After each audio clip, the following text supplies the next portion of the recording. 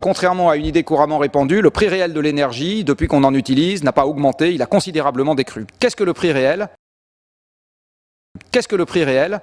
C'est le temps que vous devez travailler pour vous payer un kilowattheure. La seule chose qui n'a pas varié depuis mes arrière-grands-parents, c'est le fait qu'il y ait 24 heures par jour. Et donc, la seule chose incompressible, la seule unité constante dans le temps, pardon de cette répétition, pour mesurer le prix réel de quelque chose, c'est le temps que je dois travailler pour l'acquérir, ou le temps que je dois consacrer à son acquisition.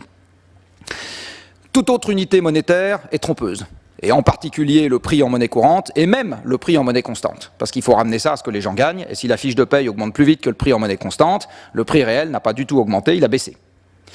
Ici, vous avez le prix du pétrole, qui a été le prix directeur de toutes les autres énergies et qui le reste encore pendant très longtemps, donc depuis 1860.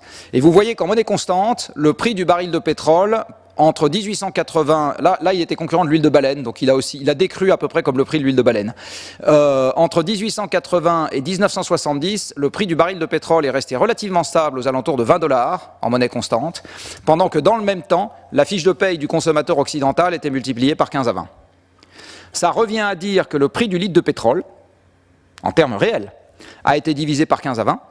Et comme dans le même temps, ma corporation, celle des ingénieurs, a remarquablement travaillé et a augmenté l'efficacité mécanique de l'utilisation d'un litre de pétrole de n'importe quoi entre un facteur 2 et 10, ça veut dire que mon esclave énergétique, là dont je parlais tout à l'heure, c'est-à-dire la machine qui travaille à ma place, eh bien le coût réel de mon kilowattheure issu de mon esclave énergétique a été divisé par n'importe quoi entre 50 et 100 en l'espace d'un siècle.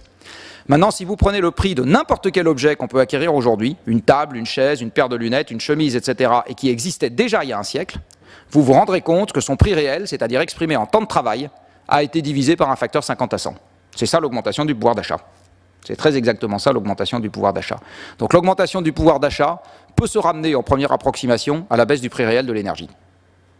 Je dis bien en première approximation. Même sur des périodes récentes, contrairement à l'idée qu'on s'en fait, le prix de l'énergie continue de baisser. Alors vous avez ici un très beau graphique issu d'un très beau service, d'un très beau ministère français, qui est le SOES, et qui vous donne, donc le service de l'observation et des statistiques, et vous avez ici, pour commencer, les budgets carburant et électricité, gaz et autres combustibles des Français depuis 1970. Alors vous voyez, si je regarde le budget, ça monte. Donc je me dis, bon, bah, donc les gens payent de plus en plus cher. En fait, le truc important, c'est ça, c'est-à-dire la part dans le budget des ménages, dit autrement, le temps de travail qu'il faut consacrer à acheter son énergie. Et là, vous voyez qu'on a une évolution qui est l'exact inverse, et que l'énergie coûte aujourd'hui moins cher qu'avant le premier choc pétrolier. Moins cher qu'avant le premier choc pétrolier.